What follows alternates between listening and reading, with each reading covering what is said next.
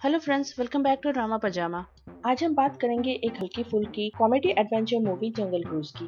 कहानी शुरू होती है अमेज़न की जंगलों से, जहां हमें अमेज़न की एक चमत्कारी पेड़ के बारे में बताया जाता है, जिसके फूल के एक पेटल से कोई भी बीमारी ठीक हो सकती थी और किसी भी श्राप को तोड़ा जा सकता था। इस चमत्कारी फूल को अमेज़न के लोग the tear of the moon कहते थे।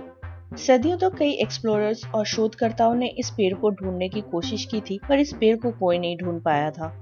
16वीं सदी में स्पेन से डॉन अगीरे अपने टीम के साथ टीयर ऑफ द मून ढूंढने निकलता है, पर अमेज़न की जंगलों में उसके सारे लोग एक के बाद एक मारे जाते हैं। आखिरकार जब अगीरे भी मरने वाला होता है, तो उस पेड़ के गार्डियंस को वो मिल जाता है और वो उसे और उसके लोगों को अपने साथ अपने कबीले में ले जाते हैं। वो उसकी देखभाल करते हैं और टीयर ऑफ द मून की बनी दवाई से उन सबकी जान बचा लेते हैं। अगूरे को कबीले के चीफ के पास एक एरोहेड दिखता है, जो टीयर ऑफ द मून तक पहुंचने का रास्ता था। वो चीफ को वो एरोहेड उसे देने के लिए कहता है, पर जब चीफ नहीं मानता तो अगूरे उन्हें मार देता है। पर मरने से पहले चीफ उनको कर्स कर देता है, जिस वजह से वो कभी भी अमेज़न नदी के किनारे से दूर नहीं जा सकते थे। श्राप के चलते जंगल उन्हें दबोच लेता है और वो हमेशा के लिए जंगल में समा जाते हैं।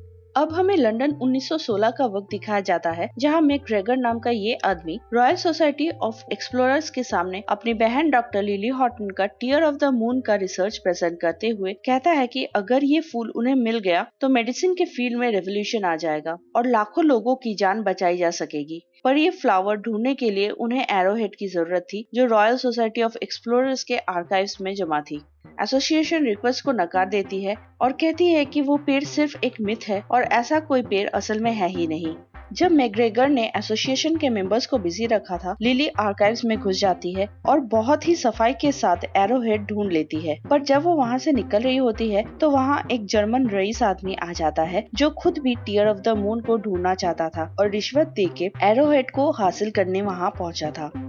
लिली उसे उल्लू बना के एरोहेड के साथ वहाँ से भाग जाती है। वो अपने भाई के साथ अमेज़न पहुँचती है। अमेज़न में हम मिलते हैं ड्वेन जॉनसन यानी फ्रैंक से, जो वहाँ टूरिस्ट को अपनी टूटी फूटी बोट पे क्रूज पे ले जाता था। फ्रैंक का टूटा फूटा बोट और उसके टूरिस्ट के शक्ल से पता चल रहा था कि उसका टूर किस लेवल का था। लोग उसके कॉर्नी जोक से परेशान हो रहे थे। वो टूरिस्ट से कहता है कि अमेज़न में हर एक चीज उनको मार सकती है और उनको डराता है। टूर देते हुए वो जो भी अपने टूरिस्ट को दिखा रहा था, वो सारी चीजें उसने वहाँ पहले से ही प्लॉट किया हुआ था और वहाँ कुछ भी असली नहीं था। वहाँ वो बकवास मैनमेड वाटरफॉल दिखाता है, जिसे वो 8th wonder of the world कहता है।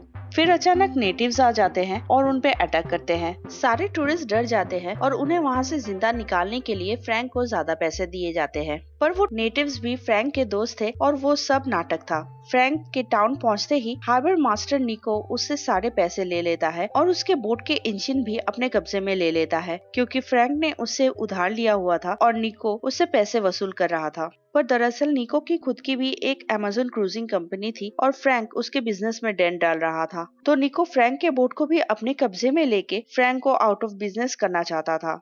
निको फ्रैंक के बोट की चाबी अपने ऑफिस में रख देता है। उसके ऑफिस से बाहर जाते ही फ्रैंक चाबी चुराने के लिए उसके ऑफिस में घुसता है और लिली भी एक प्राइवेट क्रूज हायर करने निको के ऑफिस पहुंचती है। फ्रैंक निको बन के लिली से बात करता है और लिली उसे निको समझ के हायर कर लेती है।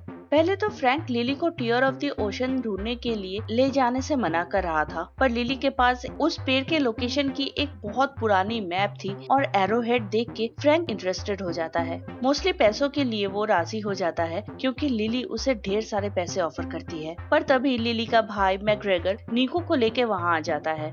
पर अचानक वहाँ एक जैगुआर का हमला होता है। फ्रैंक उससे फाइट करता है और उसे भगा देता है। लिली फ्रैंक की बहादुरी से इम्प्रेस हो जाती है और वो तुरंत निकलने का डिसाइड करती है। जब फ्रैंक अपने बोट में इंजन लगा रहा था, तो हम वहाँ उसी जैगुआर को देखते हैं जिसने उस पे हमला किया था। वो फ्रैंक का पालतू था और फ्रैंक उसे भी लोगों को बेवकूफ बनाने के लिए यूज करता था। डॉग्स पे लिली किडनैप हो जाती है। लिली को किडनैप करने वाले उसी जर्मन आदमी के लोग थे, जिससे लिली ने लंदन में एरोहेड चुरा लिया था। लिली सबसे फाइट करके बचते हुए फ्रैंक के बोट तक पहुंच जाती है, पर जर्मन एक सबमरीन लेके अमेज़न आया हुआ था और टॉर्पीडो से फ्रैंक के बोट पे हमला करता है। फ्रैंक को मारने के चक्कर में निको की सारी बोट्स डिस्ट्रॉय हो जाती है और फ्रैंक अपनी बोट लेकर वहां से भाग जाता है। जर्नी में फ्रैंक के कॉर्नी जोक्स जारी रहते हैं जो मैकग्रेगर को फनी लगते हैं पर लिली को नहीं। लिली वीडियो कैमरा से रिकॉर्डिंग कर रही थी जब फ्रैंक कहता है कि उसने पहले कभी भी मूविंग पिक्चर नहीं देखा है, जिससे पता चलता है कि फ्रैंक काफी टाइम से अमेज़न में था और वहाँ से बाहर की दुनिया का उसको ज्यादा आइडिया नहीं था। उसकी जर्नी के दौरान वो एक डाइवर्जन पे आ जाते हैं जहाँ लिली कहती है कि उन्हें राइट जाना चाहिए और फ्रैंक को लेफ्ट जाना था, पर लिली के जिद की वजह से फ्रैंक उन्हें राइट से ले जाता है। दूसरी तरफ जर्मन को पता नहीं चल रहा था कि फ्रैंक अपनी बोट के साथ किस डायरेक्शन में निकला है, इसलिए वो मदद के लिए ऐसे लोगों को हायर करता है जो फ्रैंक को कहीं से भी ढूंढ सकते थे। जर्मन डॉन एगोरे को ढूंढ निकालता है जो उस पे लगे श्राप की वजह से पत्थर का बन गया था। जर्मन उसके साथ एक डील करता है कि वो फ्रैंक को ढूंढेगा और जब उन्हें टीयर ऑफ द ओशन मिल जाएगा तो एगोरे का कर्ज भी ब्रेक हो जाएगा और जर्मन को भी टीयर ऑफ द ओशन मिल जाएगा। जब फ्रैंक और मैकग्रेगर जंगल में लकड़ियों के लिए रुके थे तब लिली फ्रैंक के केबिन में चली जाती है। वहाँ उसे फ्रैंक के सामान में लेटेस्ट इन्वेंशंस के आर्टिकल्स, फोटोग्राफ्स और एक बुक मिलती है जिसमें उसे एरोहेड की डिटेल्स मिलती है। लिली को अब पता चल गया था कि फ्रैंक को टीयर ऑफ द ओशन के बारे में बहुत कुछ पता था और शायद वो खुद भी उसके पीछे था। फ्रैंक उससे कन्फेस करता है कि वो भी टीयर ऑफ द मून ढूंढने अमेज़न आया था, पर बहुत ढूंढने के बाद भी उसे वो नहीं मिला और आखिरकार उसने उसे ढूंढना बंद कर दिया। अचानक उन पे लोकल आदिवासी अटैक कर देते हैं और उनको अपने साथ बंदी बना के ले जाते हैं। फ्रैंक आदिवासी लैंग्वेज में कहता है कि वो लिली और उसके भाई को वहाँ से जाने दे, पर जल्द ही लिली को पता चल जाता है कि ये आदिवासी भी फ्रैंक के फ्रेंड्स थे और लिली और उसके भाई को डराने के लिए नाटक कर रहे थे। उन्हें सिर्फ वो एरोहेड वापस चाहिए था जो सालों पहले उनके चीफ के पास से छीन लिया गया था।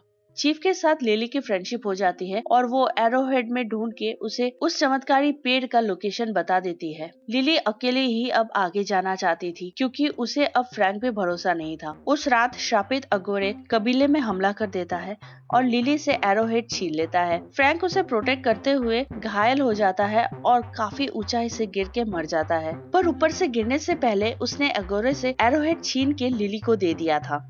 फ्रेंड्स, हम अपनी मूवी के क्लाइमैक्स तक पहुंच चुके हैं और ये आपके लिए एक स्पॉइलर अलर्ट है। अगर आपने ये मूवी अभी तक नहीं देखी है और अब देखना चाहते हैं तो अभी इस वीडियो को यहाँ देखना बंद कर सकते हैं, पर अगर आप पूरी स्टोरी यही जानना चाहते हैं तो वीडियो पे बने रहें। लिली एरोहेड के साथ जंगल के अंदर भागती है। एगोरे उसके पीछे जाता है, पर उसके श्राप के कारण वो नदी से कभी दूर नहीं रह पाता था, इसलिए जब भी वो नदी से दूर जाता जंगल उसे खींच के फिर से नदी के पास ले आती थी। एगोरे जर्मन को मैसेज भिजवा देता है कि फ्रैंक उन्हें कहाँ मिला था।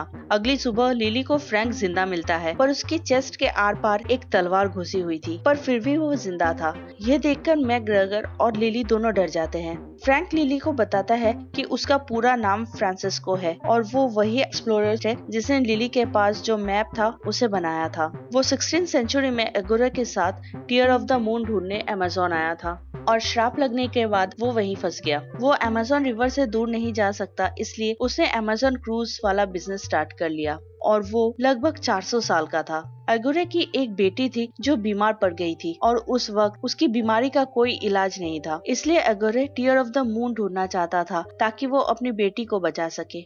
वो उस फूल को ढूंढने के जुनून में इतना पागल हो गया था कि उसे हासिल करने के लिए वो इनोसेंट लोगों को मारने लगा था। तब फ्रैंक ने उसे रोका था और तब से दोनों दुश्मन बन गए थे। सदियों तक एगोरे फ्रैंक को ढूंढता रहा और वो एक दूसरे से लड़ते रहे। फाइनली एक बार फ्रैंक ने उसे एक केव में गिरा दिया जहाँ वो फंस गया। मैकग्रेगर को जर्मन किडनैप कर लेता है और उससे उसे ये पता चल जाता है कि लिली और फ्रैंक कहाँ जा रहे थे। फाइनली लिली और Frank tear of the moon की पेड़ तक पहुँच जाते हैं, पर वहाँ जर्मन भी पहुँच जाता है और उसके पीछे एगोरे और उसके आदमी भी। जब वो उस पेड़ के पास पहुँचते हैं तो वो पेड़ मर चुका था, पर उसे जिंदा करने का एक तरीका था।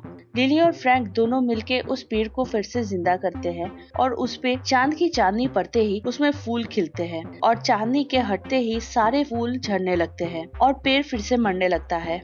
बड़ी मुश्किल से लिली को एक फूल मिलता है। फ्रैंक और एगोरे के बीच लड़ाई होती है और लिली और मैकग्रेगर से लड़ते हुए जर्मन मारा जाता है। फ्रैंक अगुरे और उसके टीम को कर्स में फिर से फंसा लेता है, पर इस बार वो खुद को भी कुर्बान कर देता है। लिली के पास जो पेटल था उससे वो फ्रैंक के कर्स को खत्म कर देती है और फ्रैंक फिर से ठीक हो जाता है और लिली के साथ लंदन वापस चला जाता है। लंदन में McGregor royal society of explorers में फिर से एक बार अपने बहन के एडवेंचर की रिपोर्ट सबमिट करता है। लिली को सोसाइटी में मेंबरशिप दी जाती है पर वो उसे रिजेक्ट कर देती है। इसी के साथ ये मूवी यहाँ खत्म होती है। Thank you for watching everyone. Please like, share and subscribe the channel. Until next movie explanation, goodbye and take care.